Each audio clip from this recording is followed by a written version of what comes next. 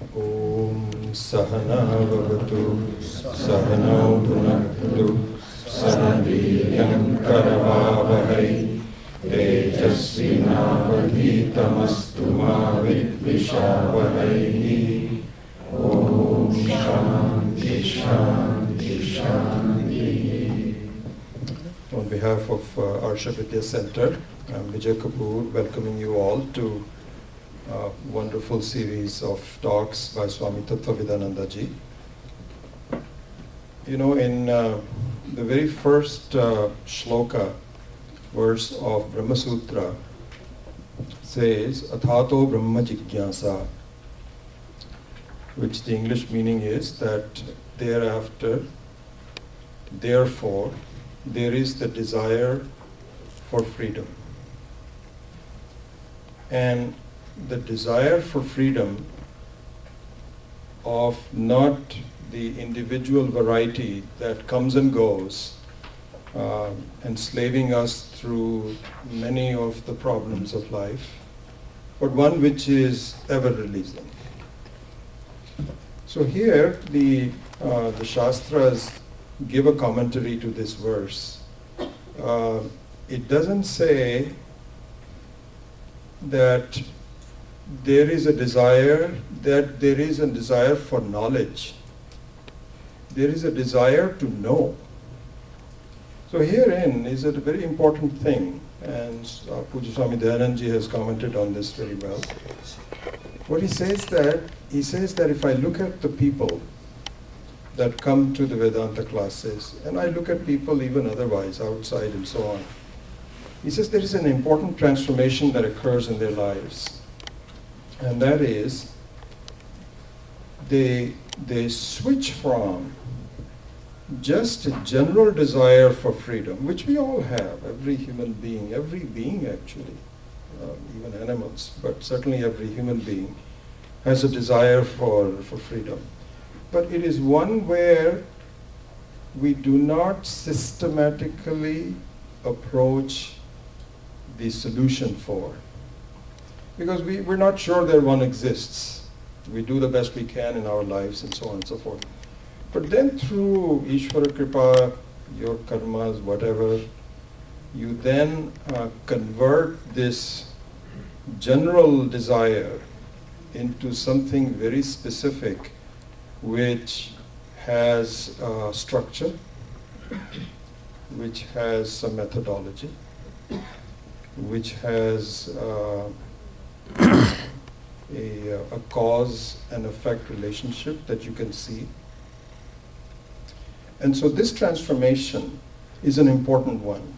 And this is where the student, where the general person becomes a student. And after that, it is really, you are sort of like on the highway, and you will get there. Before that, you perhaps might have taken some turns here and there and so on and so forth, but once you catch that, then you are there. And this is where a Mahatma like Swami Tattvavidananda ji becomes very important for us, because there it is not what, as Swamiji also himself said this morning in the class today, but how. It's not easy, but the how is the one that we have to focus on, and the teacher has to focus on. And Swamiji's credentials are very well known to you.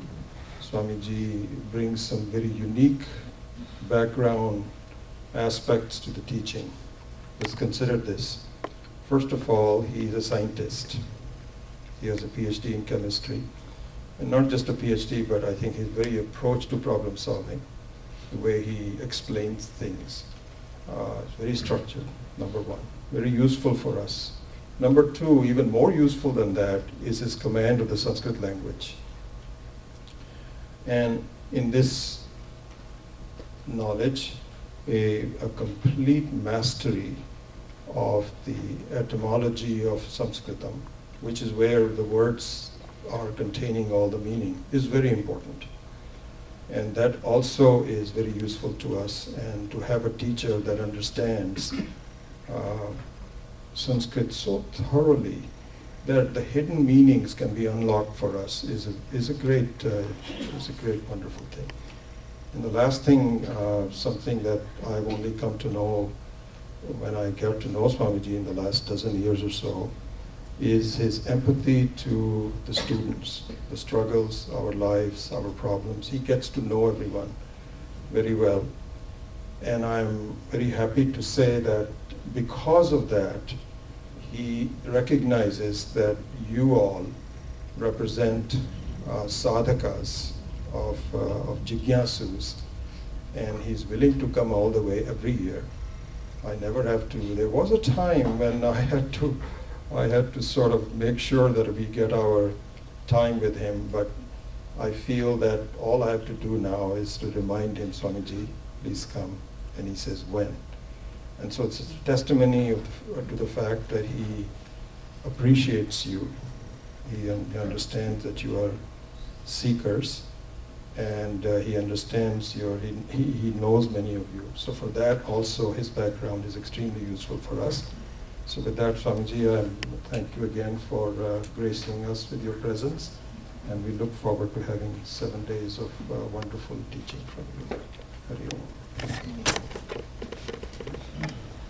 Om Shri Gurubhyo Namaha Harihi Om Ganana Tva Ganapati Gum Havamahe Upavashravastvam Yeshtarajam Brahmanam Brahmanaspata Anashvanmoti Bhisida Sadhanam Shri Mahaganadhipataye Namaha Sadashiva Samarambham Shankaracharya Madhyamam Asmadacharya Paryantam Vande Guru Paramparam. Atmaswarupa Bandhugana. It's a joy to be in your midst, and of course there is a sense of fulfillment as I try to examine the text like Viveka Chudamani together with you. That is how I would like to put it. We are examining the life, and the text provides a structure based on which we can examine the life. It provides certain verses of Shankara which provide the basis for examining our lives. And so two things have to be understood in these classes. One is you are not as much studying the text as examining the life. That is number one. So it should not be, the whole thing should not be a total emphasis on the words and sentences of the text and the meaning of those words and meaning of those sentences, a conceptual understanding of the text, an intellectual exercise. It is not that. It should be something more than that. It can be an intellectual exercise only to the extent that it will lead you to the truth. To that extent only it can be an intellectual exercise. So that is one thing that has to be kept in mind. And secondly, it is not that I know everything and you are there to receive from me. It is not like that. It is not a piece of property to be inherited or to be given or to be taken. So the truth is not a piece of property that one can give or one can take. The Guru is ready to give and the Shishya is ready to take. It is not going to work like that. There is a thing called Shakti Pata. You must have heard. In India we have all kind of complex things. India is the hotbed of all complex philosophies. And there is a suddenly, I remember this thing called Shakti Pata. There is no Shakti Pata. There is only Adhav Pata. I hope you got the meaning of that. Shakti Pata means Guru puts his hand on Shishya's head and the energy flows down. There is no flowing down of energy. There is only falling down of the Shishya. Adhav Pata. It happens every day. So, it is not that I have the answers for a life. How can I have answers for the complexities of your life? Leave alone me, a poor guy. How can Shankara have answers to the complexities of your life? You have to examine your life and you have to understand your life. Shankara can tell you how to look at life, how to think, as I was saying in the morning. Therefore, that is the purpose of this study. And the text chosen is Viveka Chudamani. Chudamani is the crest jewel. So people like ornaments. In modern times, women seem to be after ornaments, but in ancient times, men and women were equally running after ornaments. Really. If you look at any Puranic movie, any mythological movie of the Indian origin, all these, suppose you look at Mahabharata serial in TV, how they look like the Bhima, Arjuna, they are all decorated from top to the bottom with all kinds of ornaments. So those decorations they were wearing them because that is how they were described in the poems, in the Purana. So a king has so many ornaments, so many pearl necklaces, golden necklaces, diamond necklaces, half a dozen of them in his neck. No woman of modern times can compete with those people in wearing ornaments. So in that sense, the ornaments were pursued by all human beings, men and women alike. And the point here is, there is one ornament that we should all possess, and all other ornaments we can give up. Outright we can give up. Some of the young people, as young ladies, etc., they are after diamonds and pearls and gold and all that. Whatever gold, etc., you may be having, you can as well unload unto them. So they will pursue with that and we become free. And there is one ornament which we all should hold on to. That is called the crest jewel, Chudamani. So there is such an ornament also, crest jewel. Crest, this is the crest, Chuda. Chuda is this. And so in India you have all kinds of ornaments for these locks, for the hair. So some of them are behind, some of them are on the center, and some of them are in the front. And so they start from behind and come on to the front. All kinds of ornaments are there for the head. And Shankara has chosen the word Chudamani. He says there is one ornament with which you are really decorated or adorned, without which you may put a dozen golden ornaments which are worthless. So that ornament which one should have for the head is Viveka. Viveka Chudamani. That is the name of the text. So that is the ornament, that clear thinking, clear understanding, the clarity of vision. That is the ornament for the head. A human being is a conscious being. You see, if you look at an animal is a working being. An animal is recognized for the prowess of the work that is done by it. A horse is recognized for its running. A bullock is recognized like Ashwodhavati. That is how the horse is recognized. A bullock is recognized for its capacity to pull the loads. That is how you value a bullock. A human being is not valued for the work that he performs, for the amount of work that he churns out. That is not how a human being has to be valued. A human being is valued for the clarity of understanding he has. A human being is a thinking a thinking living being. He is a conscious living being. A human being also performs work, but work doesn't define a human being as much as understanding defines, or clarity of vision defines. Jnanam defines a human being as much as the prowess of physical work defines an animal. Therefore, anyway, that is a small point. And so jnanam is the most important thing in a person's life. There will be karma. Karma has its role in a person's life. And there will be upasana also. Upasana means you visualize, you imagine.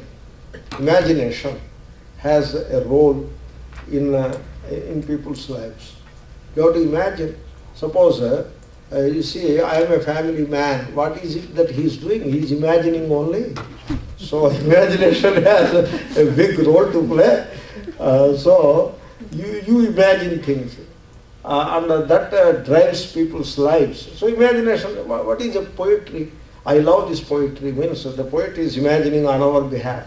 And we happen to like his imagination better than our own imagination. That is the beauty of the poetry. So this is what is called bhavana. Bhavana has a place. But karma and bhavana should be guided by jnanam, knowledge. Now, jnanam is what?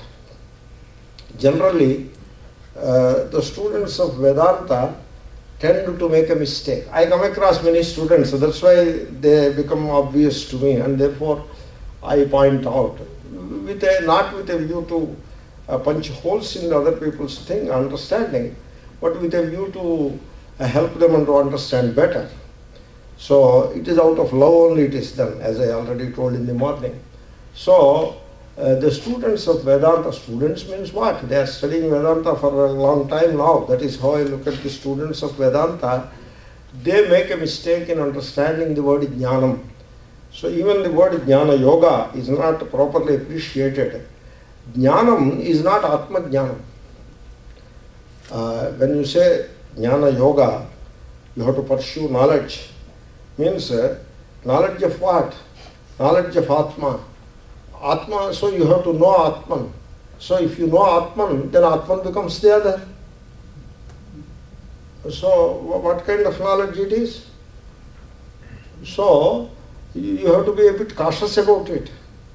Jnana yoga, jnana yogena sankhyanam, karma yogena yogi. That is the Vakya in Gita. And there if you look at the Bhashya, Bhashyakara makes things very clear there. Jnana, if it is Atma Jnanam, the knowledge of the self, that cannot be yoga. Yoga is the means. It is the path. Yoga means the path that you tread to reach the goal. Therefore, Atma Jnanam is not the path. Atma Jnanam happens to be the goal, really speaking. So by knowing the self, true self, you will be liberated. So then, of course, the question is there. What is the meaning of knowing the self? What is that? That question is already there. It is not as simple as knowing the part. Ghata jnanavat, Atma jnanam is not like Ghata jnana. Ghata jnana means you are the knower and part is the known. Atma jnanam is not, certainly not like that. It is something different from that. That aspect is there anyway. Whatever may be the Atma jnanam is the goal. It is not the path. It is not the means. So therefore it cannot be yoga. Therefore, then what is this jnana yoga? Jnana yoga is not the yoga of knowledge of the self. It cannot be. So, jnana yoga is, their jnana is viveka jnana. That is how I made a deal with it, just to introduce the word viveka.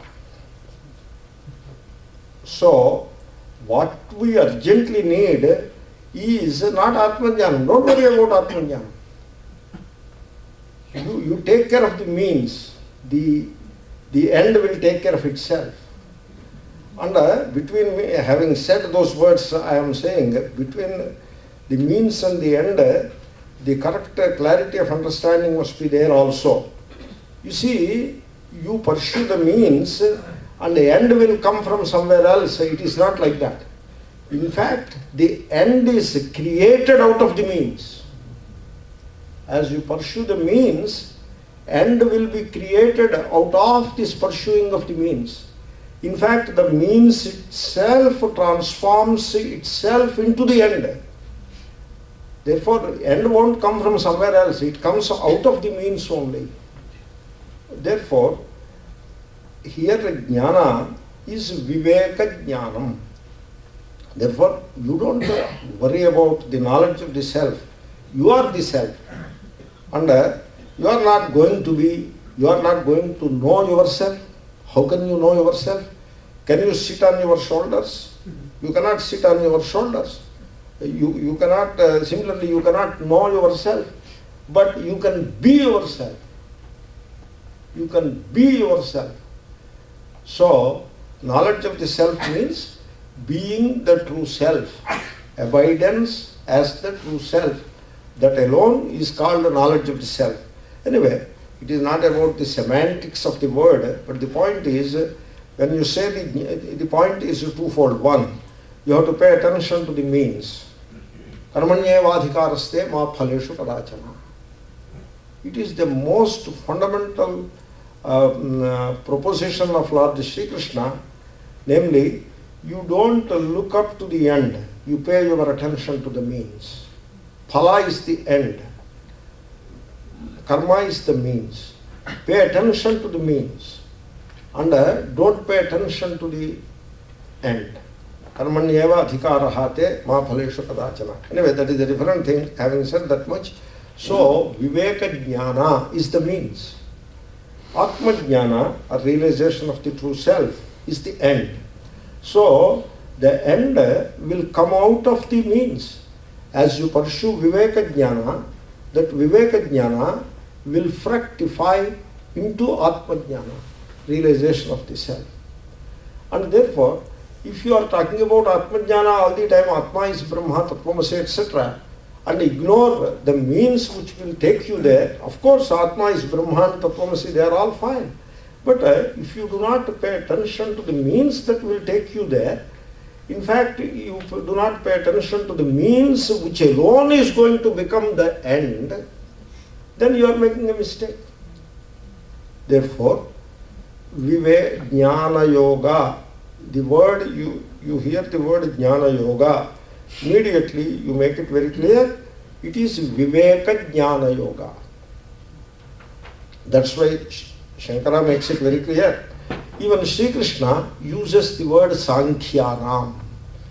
Jnana Yogena Sankhyanam, he says. So Sankhya means the summum bonum of Sankhya is Viveka. That's why he uses the word Sankhya there. Therefore, you be a Sankhya. I am not suggesting you become the Kapila Sankhya. I am saying the Sankhya of the Gita type. Where in Kapila Sankhya also the Viveka is there. That Viveka is borrowed from Kapila Sankhya by Sri Krishna, by Shankara, by all philosophers. Kapila was the earliest of these great sages. And so certain aspects of Kapila we do not accept, but the Viveka of the Kapila and the Guna Nirupanam, the description of the Gunas, so all that is going to come in the text that we are doing now, all of this is done extremely well by Kapila. And so Shankara gives a certificate to Kapila when it comes to Guna Nirupanam. And when it comes to Viveka, we are indebted to Kapila. That is how he says. Anyway, that word Sankhya is very clinching word it is. So Jnana Yogena Sankhyanam means Sankhyanam means these philosophers who pursue the Viveka with all their enthusiasm and love. So far their means, their path is the Jnana Yoga. And so be the one who pursues Viveka Jnana. That is the point that I was trying to make. Jnana Yoga is the means, and in that word Jnana Yoga, Jnana means Viveka Jnana, the knowledge of discrimination. So Viveka, that is the purpose of that, that is the significance of that name of the text, Viveka Chudamani. You see, if you ask me, what is a very unique, one thing unique to Shankara, to Shankara's teaching, one thing unique, my answer would be Viveka. So, of course, he talked about Atma, he talked about Brahma, Advaita, all that is there. But the overwhelming emphasis is put by him on this one thing, Viveka. You see that Viveka in every sentence and in every paragraph of the Bhashyas authored by Shankara, on Upanishads, on Brahma Sutra, and on Gita, of course, everywhere. And not satisfied with the emphasis he has given in the Bhashyas to this vision of Viveka, he has composed Viveka Chudamani. That shows the amount of importance he gives to Viveka. Viveka meaning discrimination. Now, having set the stage about the importance of Viveka. So the word should be correctly understood, and then it has to be, the life, one's own life should be examined in the context of the understanding of the Viveka. Viveka, I said it is discrimination, but then it is not about racial discrimination and all that. Discrimination means to discern, discernment. That is the discrimination we are talking about. So like Tila Tandula Viveka is there. You can take it as an example. Tila Tandula Viveka could be an example. So like a young boy, he purchased 1 kg of rice and 100 grams of sesame seeds, you know. Tila is sesame seeds. And so each packet he has put in his bag, and the bag fell on the ground from a height, and therefore both packets are broken and they are mixed up. There is a mixing up of white rice with black seeds of sesame seeds. And now you have to separate the rice from the sesame seeds. How do you do? So you take the black seeds and remove them. You need not separate the two things. You separate the black seeds and the tandula, the white rice becomes separated automatically. This is what is called Tela Tandula Viveka. You have to do that. A similar Viveka.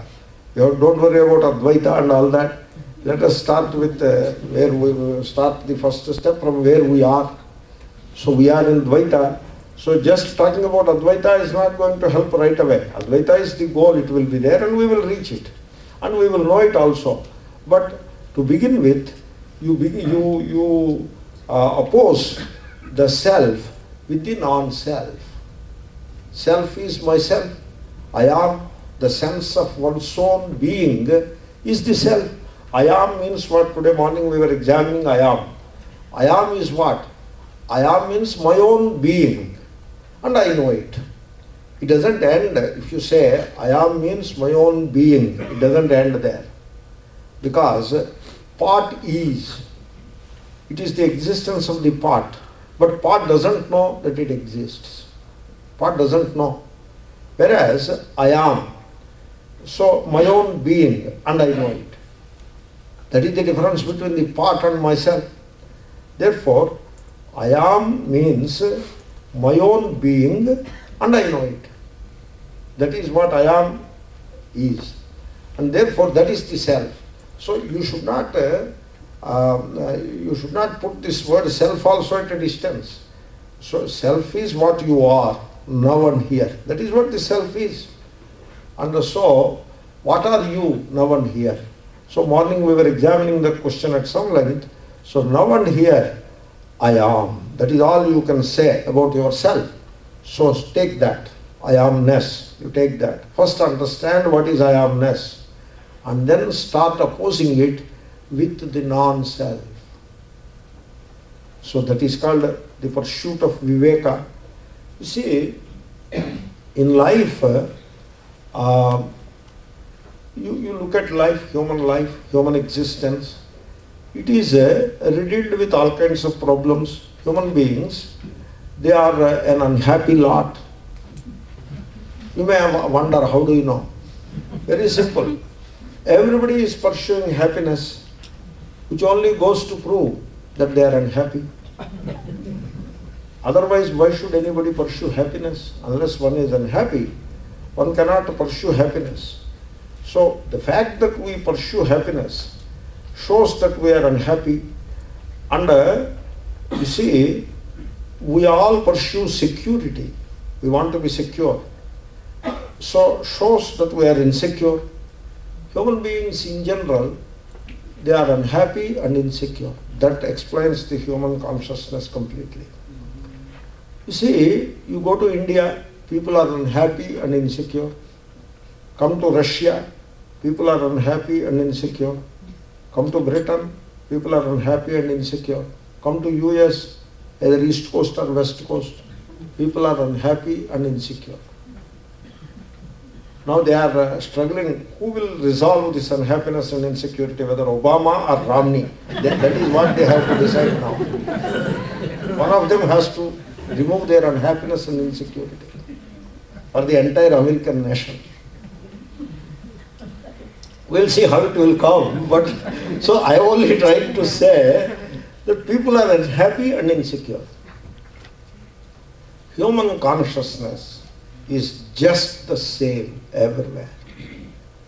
Outwardly, physically, people are different from India to Russia to Britain to America. The color of the skin is different. It varies. The psychological factors also vary. Culture varies, religions vary, weather varies, everything is different. But human consciousness is just the same. This is Viveka. This is Viveka. Already I am talking about Viveka. So, don't say people in India are different from people in America. Don't say that. They are different at very superficial levels of body and mind. At the level of religion, culture, social life, etc., they are different. But in the depths of human consciousness, they are all same.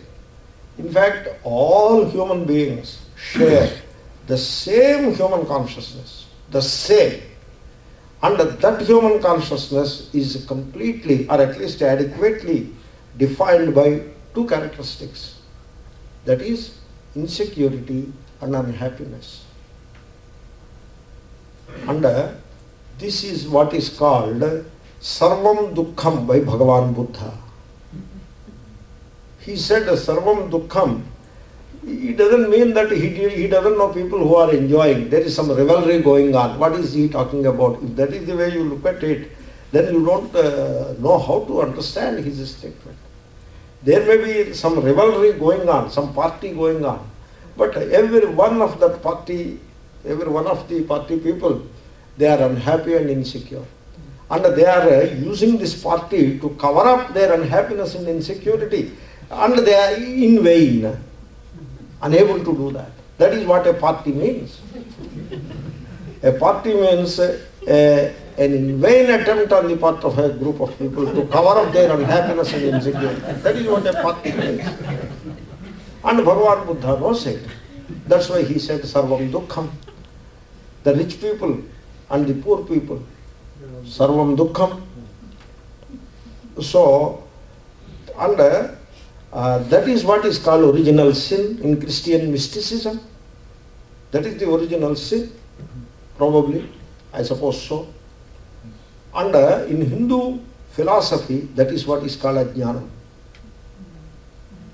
The same thing. It is called ajnana in one context, it is called dukkham in another context. It is called sin, not original, sin. It is called sin.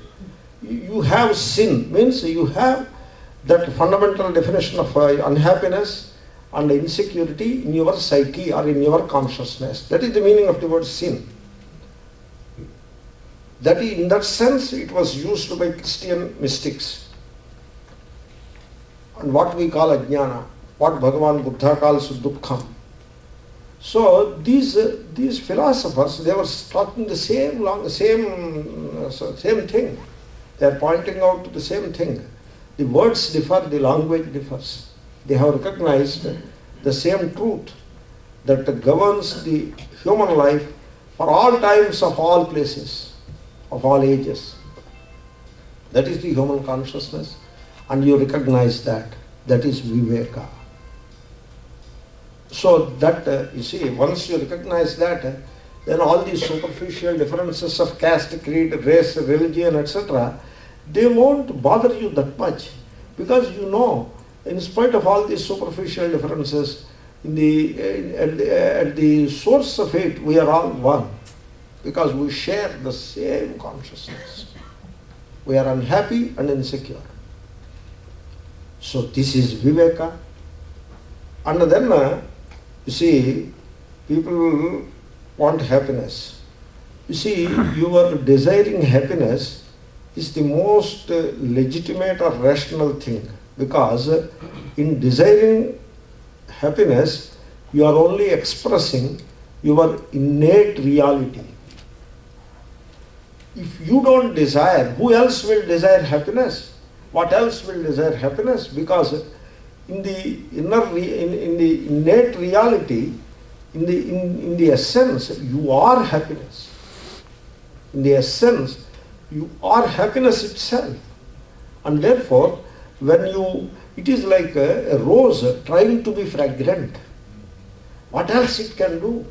It tries to be fragrant, because in its innermost reality, it is fragrance itself. Therefore, seeking happiness is the most legitimate and rational goal. But the methods are all wrong. Why? Because of aviveka. The absence of viveka makes us run in multiple directions, every direction being wrong. You climb up the wrong tree all the time. You see, people have the problems of unhappiness and insecurity in life. I have defined the entire human structure with those two words. And in India, you know what they do? I am saying in India because you can relate to it very easily. They follow all kinds of methods to overcome this fundamental problem of unhappiness and insecurity. They do all kinds of things. World over it is like that. And when it comes to the field of religion, in India they adopt all possible ways, every method wrong. In the world, what people do, people try to accumulate wealth, thinking that wealth will give them happiness. There begins the viveka, the absence of discrimination. You see, for example, you go to people who are reputed to have millions of dollars, who are known to possess millions of dollars of wealth, and you approach them and inquire, are you contented and satisfied? Make this inquiry. Let us suppose they put their heart open before you. Let us suppose. Invariably, they will say that they are not satisfied, that they are not contented. They will say that. You see, what happens is outwardly, we look at the car which he is driving. A chauffeur-driven car, in a limo, he sits and going. So therefore, we think that he is happy. You meet him and inquire, are you satisfied and contented? He will tell you, no, I am not. In fact, these people, these millionaires and billionaires, are just as poor in heart as anybody who possesses just $4. They are just as poor in heart as a person who has just $1 in his pocket. You see, $4 billion and $4 make no difference in bringing about peace of mind, contentment, and a rest, the feeling of I am rested, I am at home, I am rested. That feeling, it won't come with $4 billion. It won't come with $4, it won't come with $4 billion. The idea is that inner peace, satisfaction, fulfillment, contentment. So the sense of fulfillment, they won't come out of riches. And a human being never learns this lesson that riches won't give him happiness. Human being will never learn. If you look at the history of the mankind, you know one thing very clearly, that human beings do not learn from the history of the mankind. One thing you can certainly learn from the history of mankind is human beings do not learn from the history of the mankind. So people believe, they continue to believe, against all evidence, they continue to believe that riches will make them happy. They refuse to see this basic truth that riches cannot make anybody happy. A rich man could be happy.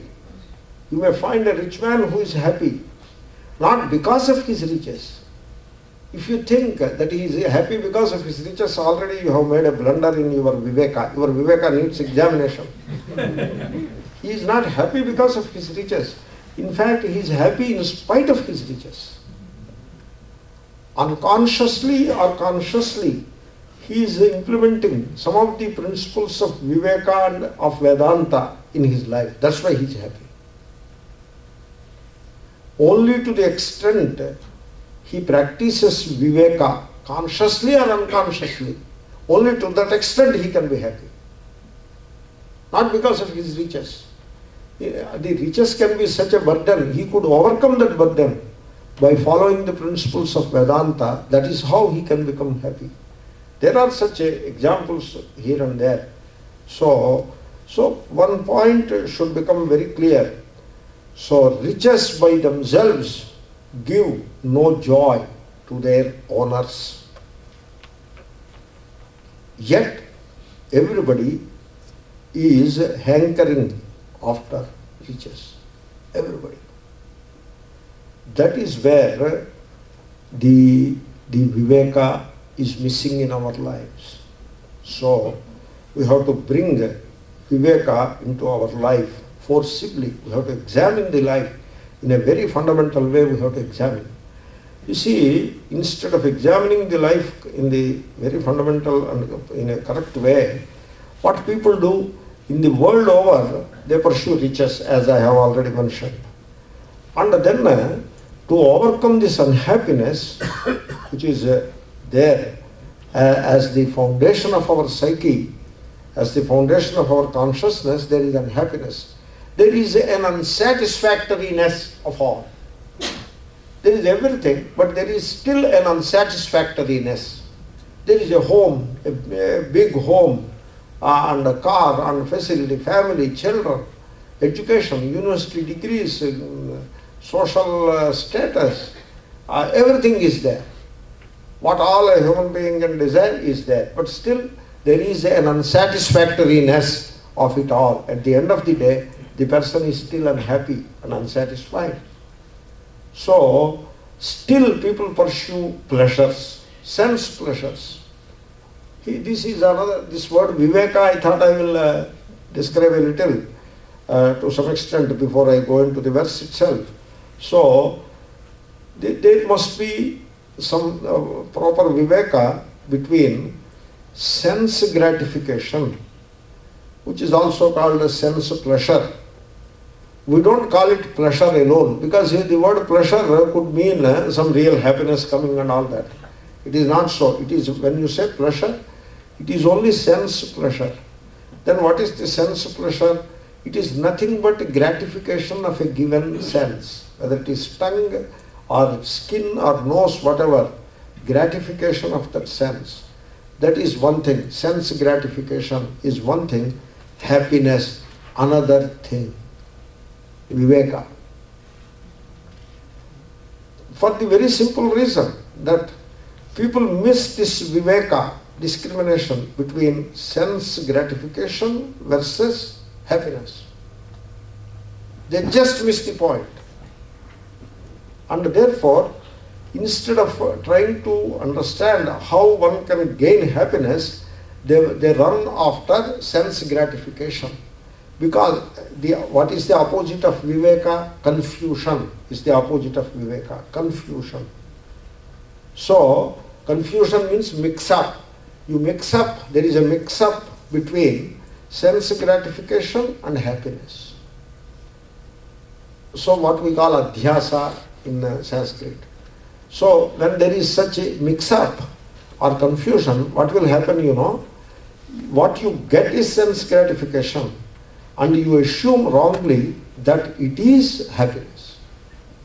So when you assume sense gratification to be happiness, in the process you lose sight of happiness, and therefore you will never get happiness. You seek sense gratification and you get sense gratification. The whole life is stuck there. sense gratification is not the same as happiness. Happiness is a state of contentedness, a state of total peace and silence, inner silence and peace and quietude. That is happiness. Shantihi, Ananda, they are one and the same. So you have that inner silence, peace, you are happy. You are happiness itself. You see, these are some of the words: Atma, Brahma, Moksha, liberation, Shantihi, peace, Shanti, Shanti, Shantihi, we say peace, Ananda, all are talking about the same reality. All words are pointing out the same reality. Therefore, happiness is your true self. Ananda is your own self, it is. It is you, it is yourself. And it is the peace, inner silence, contentedness. The peace comes out of a sense of contentment, a sense of fulfillment. So that is happiness.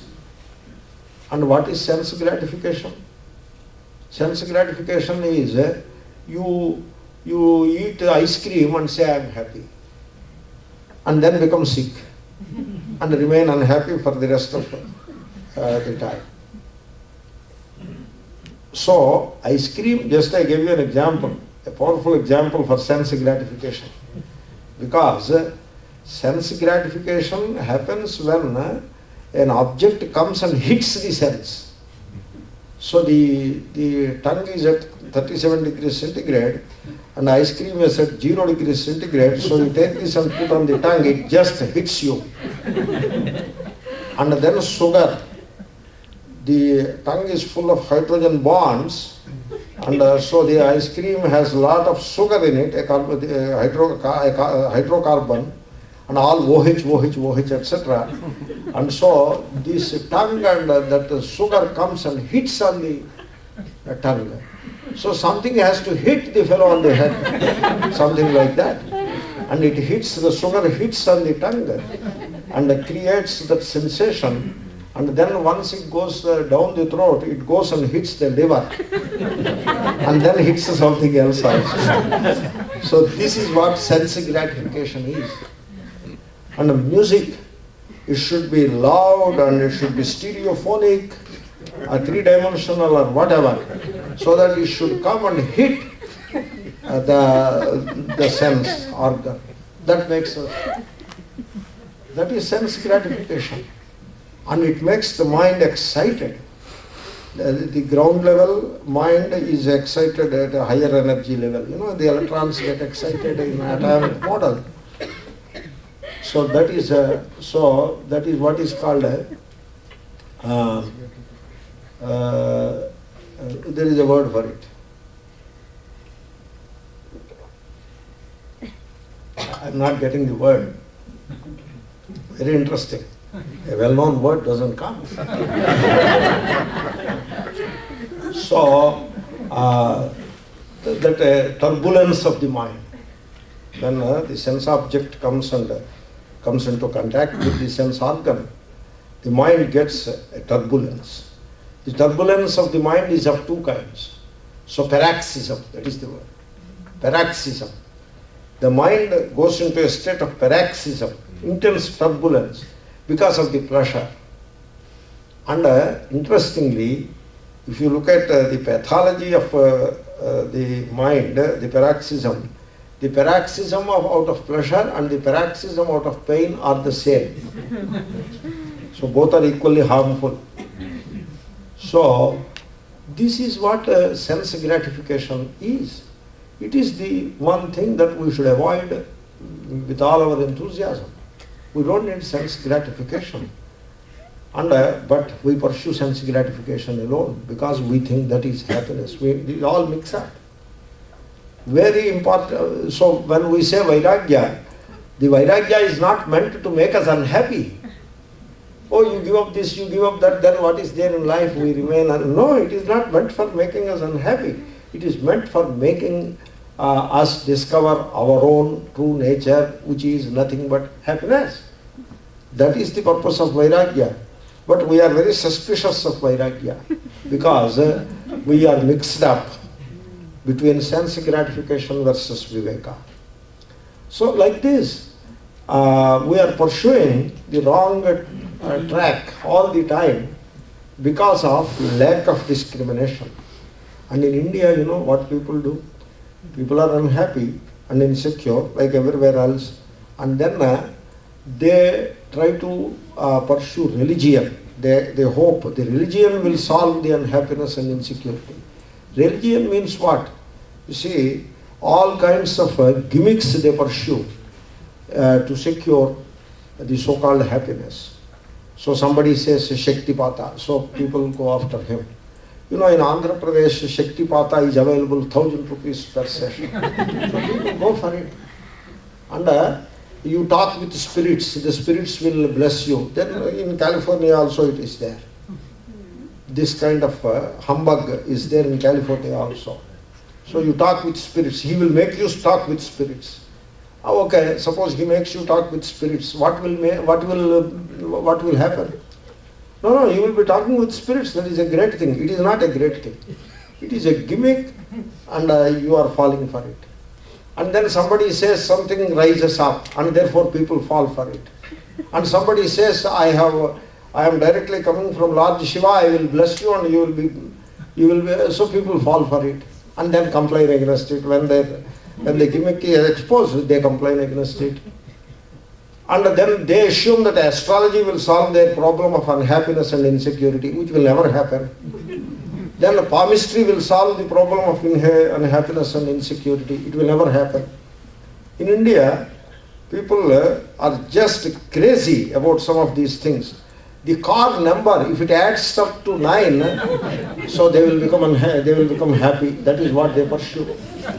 And the transport authority of who give the license numbers, they auction these numbers. For example, 1818, AP9Z 1818 number is not available. It is kept for auction. And a rich man has auctioned it for 100,000 rupees, and he alone gets that number. And he believes he is unhappy. That's why he is rich and unhappy. He is very comfortably unhappy. And therefore he thinks that this number AP9Z1818 will solve his unhappiness problem. People are just crazy, which is nothing but the absence of Viveka. They want happiness, but they don't know how to get it. And you see, there is this Chris, the mind freak. There is a gentleman who is called mind freak. His name is Chris Angel. Chris Angel or something. He gives shows in Los Angeles. No, not Los Angeles. Las Vegas. He gives a show in casino. And if he comes to India, he will be the biggest Baba that India has ever seen. The Babas that we have, who do some of these tricks, all small tricks, making it show as if a non-existent bhasma, the ashes has come, a non-existent ornament has come. So like that, they become big Babas, big godmen, and they have thousands of people, followers. I'm not complaining, so don't misconstrue it like that. So they do some small silly things. You see, one person went to an Indian guru, and the Indian guru had showed him hand like this, and immediately there is a circle of light in the hand suddenly, and in that circle of light there is Om. He showed like that. First the hand, and then circle of light with Om. Then this man told, I can do it better than you. So, I know how you are doing it, and I can do it better than you. Then he is dismissed from that person's presence immediately. You can go. And then he went to some other Baba, some other god man. He says, from the photo, the kumkum will come. That the ashes will come from the photo. He said, I can do much better. I can get to 2-3 items simultaneously. He said that. Really? What happened? I am telling you. So this is another craze. Absence of Viveka. Absence of Viveka. We have to examine our life. All these examples which I have cited, they have a relevance in our life. We pursue superstitions only because, in the name of religion, only because we don't know how to examine life with Viveka. And so, Viveka has a very important place in people's lives. And you may ask me, okay, pursuit of riches will not solve our problem. Pursuit of sense pleasures will not solve our problem at all. Then various religious pursuits in the name of miracles and all that, it is all a trick of the hand, nothing more than that. There is no value at all in any one of them. And so you have dismissed all these things. So will a study of Vivek Chudamani solve our problem of life? If you ask me that question, my answer will be yes. An emphatic yes. You have the solution in the pursuit of Viveka. I am not suggesting just reciting the verses will solve your problem, that I have clarified in the very beginning itself. But verses will show you how to look at life. That is the purpose of those verses. And so a vision is encapsulated in those verses. The verses are in Sanskrit and they require a lot of explanation even for the people who are well versed in Sanskrit. Even a scholar of Sanskrit requires to study the verses with proper guidance and all that. So they do have an answer to the problems of human existence. Yes. The answer which all these multifarious paths fail to give us, the Viveka has that answer.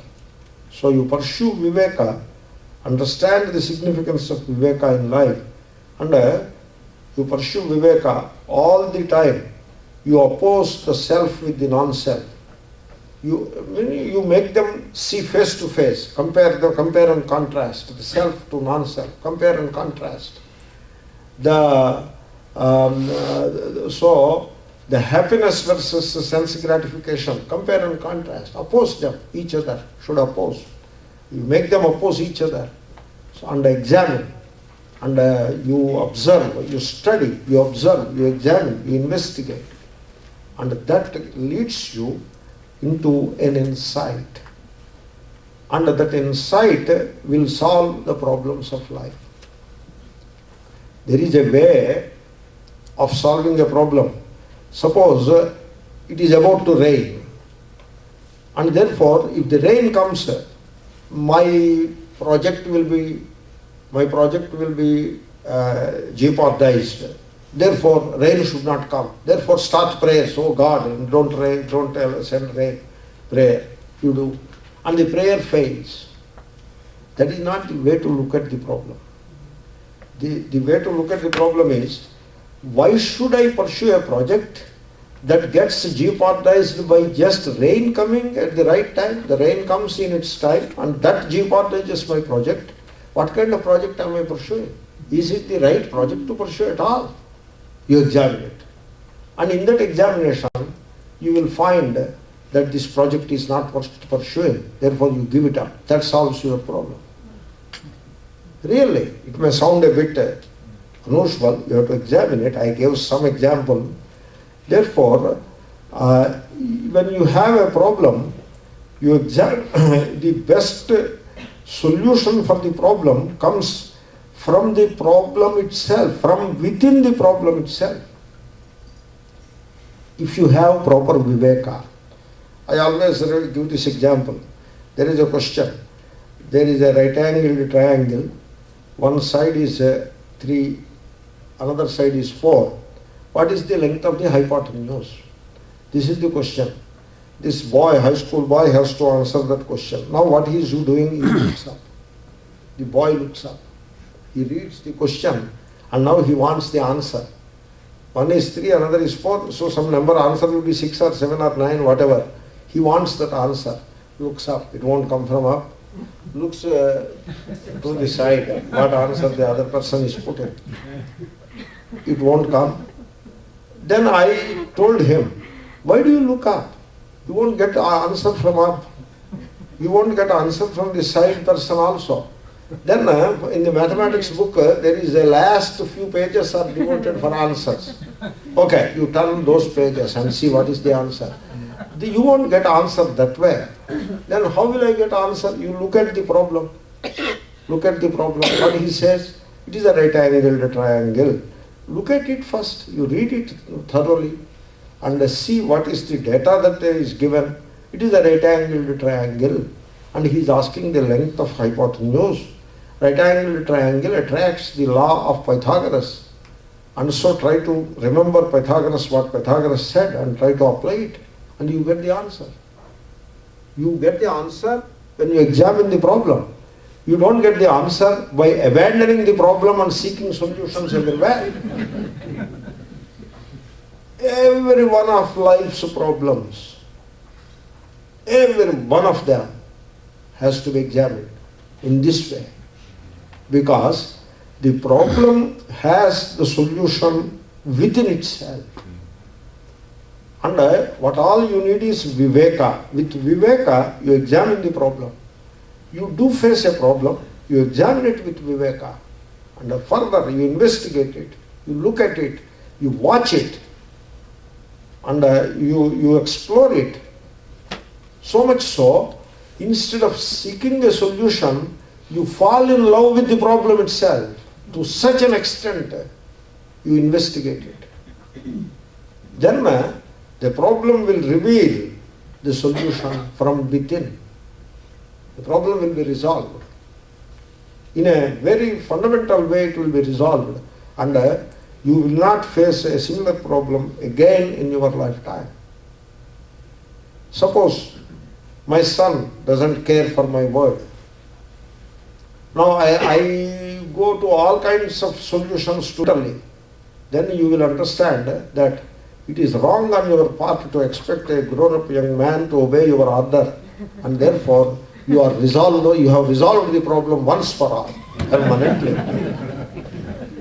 So don't underestimate the value of Viveka. Never underestimate the value of Viveka.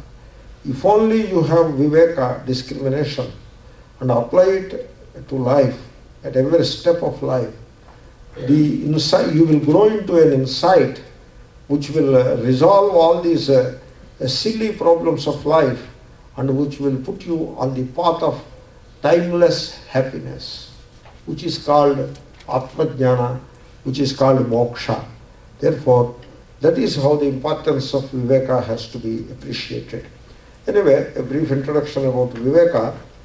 Now, I have noted here in my book last time the verse number 117, that is where I concluded.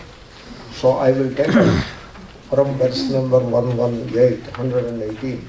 The number doesn't matter, the numbers can vary from one text to the other.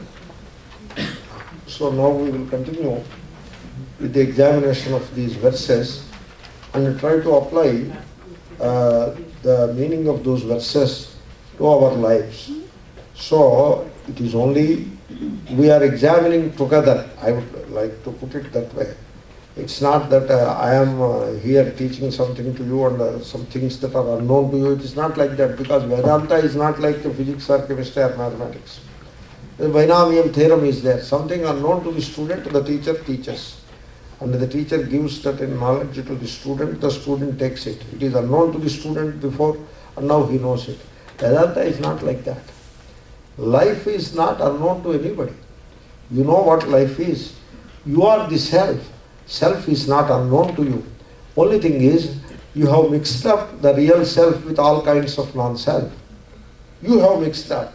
And so you have to unentangle or disentangle the true self from the non-self. You have to do that job yourself. Other person cannot do it for yourself. You have to walk the walk. Other person cannot do it for yourself. Therefore, the role of guru is also should also properly be appreciated. I am saying this because the human tendency is to hand over the responsibility to guru. And the pity is the guru is willing to take that responsibility in his folly. The guru is willing to take responsibility and the student is willing to give up the responsibility. So you know how this happens? This happens, I have put an expression to what is happening. It happens by a particular nomenclature. The nomenclature is, you are the Shishya, I am the Guru. That is the nomenclature. And so Shishya is a Shishya forever, at least for this life. And Guru is a Guru for this life. Once you have fixed that nomenclature, the meaning of that nomenclature is what I have just now said. Oh, we are Sishyas. Means he will never come to know the truth. He will remain a Sishya only because that is what he wants to do in any case. And the Guru says, I am the Guru, you are the Sishya.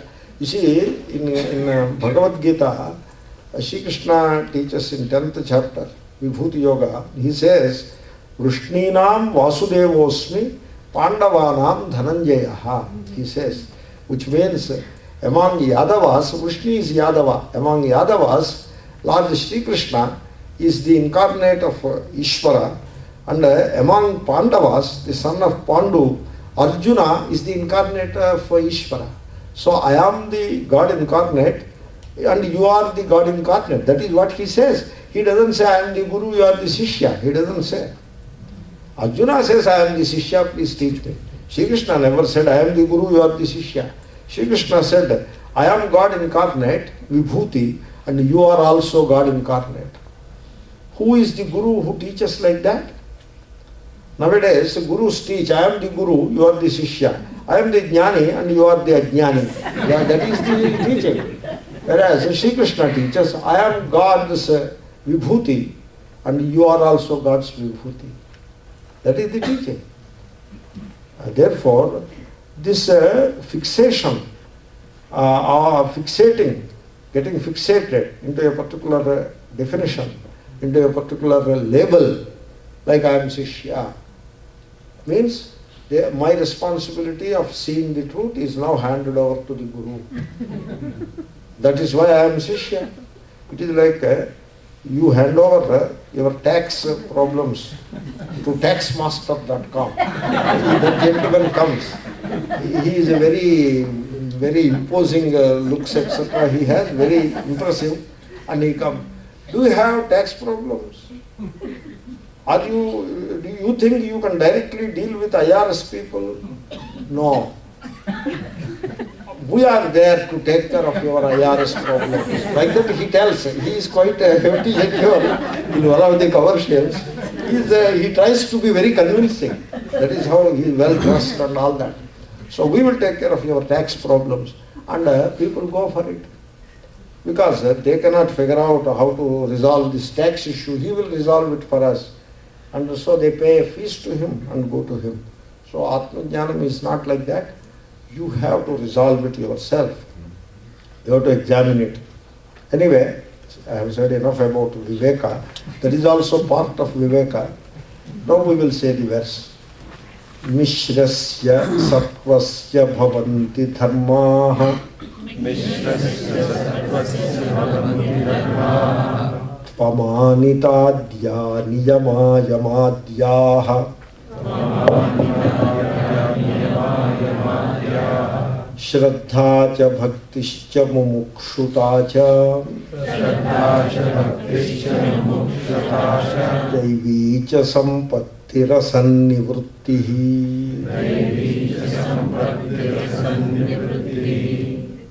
Yeah, this is the scheme. You have to oppose the true self with the non-self. So that oppose means keep it face to face. So that the non-self is recognized as non-self, thereby the mix-up of the self with the non-self is avoided. That is very important. So let us say the body. Body is the non-self, it is not the self. Now at this point I would like to exhort that the discussion is not theoretical, it is not even, I don't want to even term it as a philosophical discourse, because the moment I say you are not the body, okay, the philosophical discourse has now started. You may want to look at it like that. Of course it is a philosophical discourse only, true, but it is, you may not term it like that, because that creates a distance between you and the subject. It is a philosophical discourse. The moment you say that, so here I am, a common man, I want to feel small, because there is comfort in smallness, and there is comfort in ignorance. I am a small person, I do not know anything, and this is philosophical discourse. So, in terming oneself as small and ignorant, and in looking at this discourse as philosophical discourse, you have created a gulf between yourself and the topic. You should not make that mistake. You are not small. Nobody is just small, nobody is big. It is not about small and big at all. And then this is not so much a philosophical discourse as it is an examination of yourself. And then you may say, why should we examine myself immediately now? I have other important things to do. That is a Viveka. You don't have any other important thing than this, more important than this. You are advised to face this issue squarely, now and here, and resolve it, at least to make an effort to resolve it. Nothing else is more urgent than this. And it is very practical also. It is very simple, very practical, and urgently needed inquiry. That is what it is. All of this is Viveka. So unless you look at it bare bones like that, till then the inquiry will not go in the right way, or with the right intensity, or with the right enthusiasm. Okay, so look at the body. Body is not the self.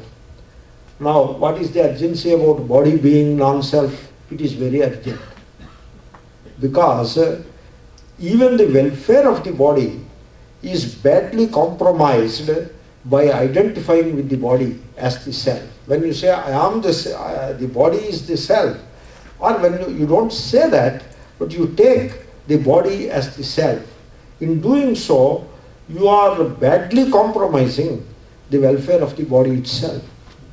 You see, we become, as we identify with the physical body, we become obsessed with its welfare. And our concern about the welfare of the physical body, because it happens to be myself. So our concern about the welfare of the physical body is the single source of all illness of the body. If you can remove all concern about physical health, all concern you remove about physical health, in the clear understanding that you are not the physical body, and therefore your concern about the welfare of the physical body is not there, then the body remains in its place, it will remain mostly healthy, and then when it becomes ill, as it must, you will be able to handle that illness graciously. So now you tell me, which is more important and which is more urgent than this discussion?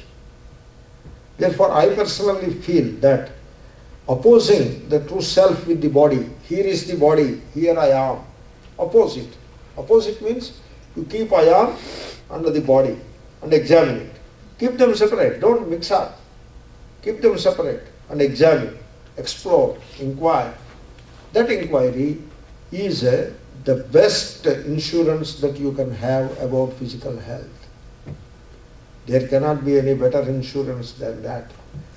We go for the insurance which the world offers, and the insurance makes us more insecure and more unhappy and more sick. That is proved in 2 presidential elections, I suppose. That is how I look at it. Therefore, let that insurance remain in its place. You do take the insurance, but this is the right insurance. You oppose the true self, the sense I am, that is there, that is the self, that is not away from you. You need not import it, you need not discover it newly. It is you now, it is you here, that sense of I am. Don't add any attributes to that. Just stay with the pure I amness. Take that as the self. To begin with, take that as the self. Suppose I say Atma, Ananta, Advitiya as the self. What do you understand by that?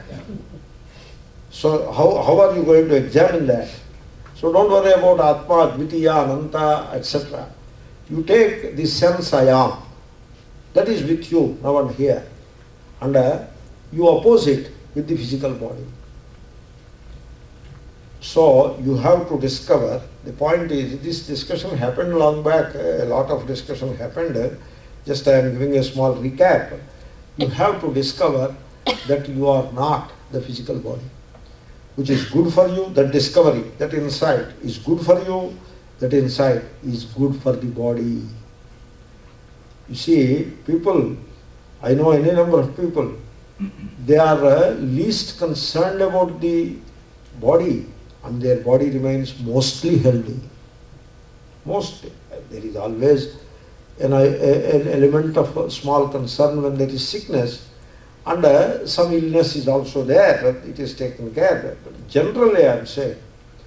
Anyway, so the point here I wanted to make is, you will be able to discover that you are not the body if and only if the body is healthy.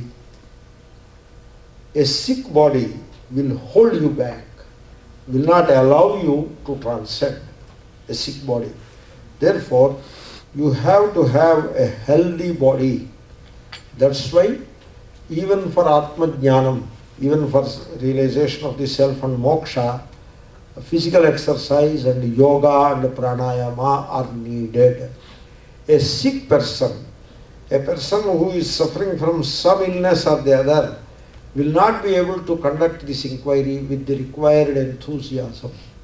He may come and sit in the class, he may listen to some of the classes, he may study and all that, but this sickness will hold you back. This is the law. You have to transcend the body identity. As long as the body remains sick, you will not be able to transcend the body identity. Therefore, keep the body healthy. As healthy as possible in a given. See, absolute health is not possible. There can be no absolute health. Especially when you go for blood test, they will, whether you need it or not, they will do 32 tests. Now the blessed thing, blood, if you subject it to 32 different tests, it is bound to fail in 3 or 4 places. What else it will do? And now they are doing further research and planning to bring in further tests. So make this 32 into 40. So that will make the possibility of good health almost out of reach of everybody. So a doctor told me, "Hey Swamiji, when did you do blood test?" I said, "Some 2 years back." "Let us do once again." I said, "I don't want any blood test. Because it will show something or the other. I am not sick till the blood report came. And the blood test report came, now I am the sick person." Namo Namaha. No. Anyway, what I am talking about may go against the principles of preventive medicine and all that. You have to strike a proper balance between all these things. You are the best judge. So don't take my word literally. You try to capture the spirit of it. Therefore, keep the body healthy. That is the only way to overcome the identification with the body. A sick body will hold you back. It will not allow you to make progress. Unless you disidentify with the body, there is no progress. There is no thing called Vedanta unless you disidentify with the body. That is the very first step you have to do. And you will be able to do that only when the body is healthy. Anyway, I have emphasized enough about the body. Body is not the topic here. The topic here is mind. Then why should I emphasize so much about body? That is an illustration. You can easily appreciate when you are sick, you will not be able to focus on higher things because the sickness will hold you back. The same way it works with the mind also. When you have an impure mind, it will hold you back. It will not allow you to go to the truth. The higher truth you will not be able to grasp as long as the mind is impure. You see, an impure mind means a sick mind. What is a sick body? When you say body is sick, what is it? There is some impurity, some xeno, what they call xeno, means some foreign, whether it is bacterium or virus or some abnormality coming from outside, a carcinogen coming from outside, whatever. So, it is abnormal thing coming from outside. That is the sickness of the body. Same thing with mind also. A mind which is impure is a mind which is sick. You have to understand. Because people pay attention to sickness, but they don't pay attention to impurity. You see, you look at people, they dress very well. Outwardly, they dress well. The dress should be tip-top, very clean and all that. But what about the mind? Mind should be clean too. But we do not give importance to the cleanliness of the mind as much as we give importance to the outward dress and all that. Similarly, in a religious context, people give a lot of importance to a ritual. And they meticulously follow all the rules of the ritual. And they don't mind spending a lot more money to make the ritual complete. They follow all that. But they do not pay any similar attention towards the purity of the mind. The ritual should be pure, true. It should be done well, properly. It should be pure, no doubt. But the purity of the mind is even more important. In fact, here comes the Viveka. The surroundings should be clean, true. True, I don't deny that. But in India, we give more importance to the purity of the heart than to the purity of the surroundings. Thank God we do that, otherwise we will become unhappy all the time. Because our surroundings are very dirty and we don't mind. Because for us, if you mind the surroundings, you get excited. You get disheartened and unhappy. That is impurity of the mind. So you have to protect the surroundings from unclean, you have to keep the surroundings clean, but you have to keep the mind clean, even more important thing it is. And therefore we endure that. Then dress should be very clean, true, but more important than that, heart should be pure. Blessed are those who are pure in heart, for they come to know God. A pure heart alone will be able to see the truth. Therefore, purity of the heart is the most important thing. Just like a sick body will hold us back, will not allow us to go to the higher truth, in the same way, an impure mind will hold you down, will hold you back. Therefore, purity of the mind is the most important thing. Now, what is mind? What is it composed of? It is composed of three gunas: sattva, rajas, tamas. You see, I will conclude today's discussion by just pointing out this much. Mind is as much non-self as the body. Mind is not the self. We are not paying attention to the mind because it happens to be the self. No. We are paying attention to the mind because it is the non-self, and we don't want the mind to hold us back. I tell you, the mind holds the key to life, it holds the key to wisdom, and it holds the key to happiness, which is moksha. So, a pure mind will be able to see the truth clearly. A pure mind will not know what is unhappiness, almost will not know what is unhappiness, a pure mind. A pure mind will be able to judge all situations right way. And therefore, mind, its composition and the way to understand its pure and impure nature, and then to overcome the impurities of the mind and making it pure is the most urgent task before the student of Vedanta. And we will pursue this in tomorrow's class. Om Purnamada Purnamidam Purnah Purnamudachyate Purnasya Purnamadaya Purnamevavashishyate Om Shanti Shanti Shanti. I stopped 5 minutes earlier.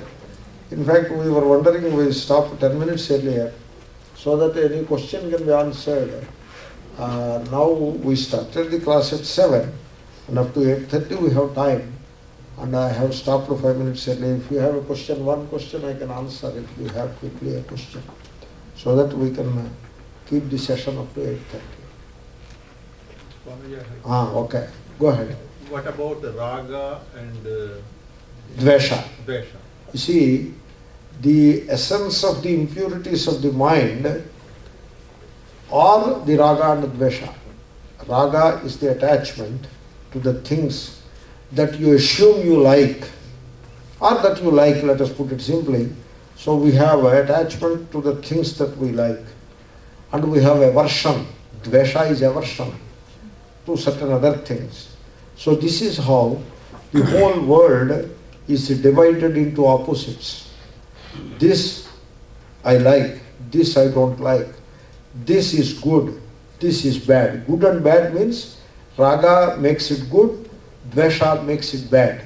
So they are the same thing, appearing in different ways. So same raga and dvesha, same pair of opposites, appears as good and bad, good and evil. There is nothing like absolute good and absolute evil. The mind that looks at a given thing, that mind, it contributes to the good and evil also. So good and evil, they change as the mental platform shifts. The good becomes evil and the evil becomes good. They undergo such a change also. Therefore, the good and evil or good and bad, the pair of opposites, is created by a mind which is steeped in attachment and aversion. Then the dharma and adharma, in a relative way, they are also determined by the raga and raga-dvesha of the mind. And this way, all pairs of opposites, sukha and dukkha, they are determined by the raga and dvesha. So all similarly, various opposites, any number of opposites are there. Labha and nashta, gain and loss. Even that pair of opposites is determined by the raga-dvesha of the mind. Therefore, the very fundamental pair of impurities, pair of opposites which constitute the impurity of the mind, is the very fundamental pair, is raga and dvesha, attachment and aversion. And we have to come out of that. So we will continue this discussion in tomorrow's class. Om Hari Om Tat Sat.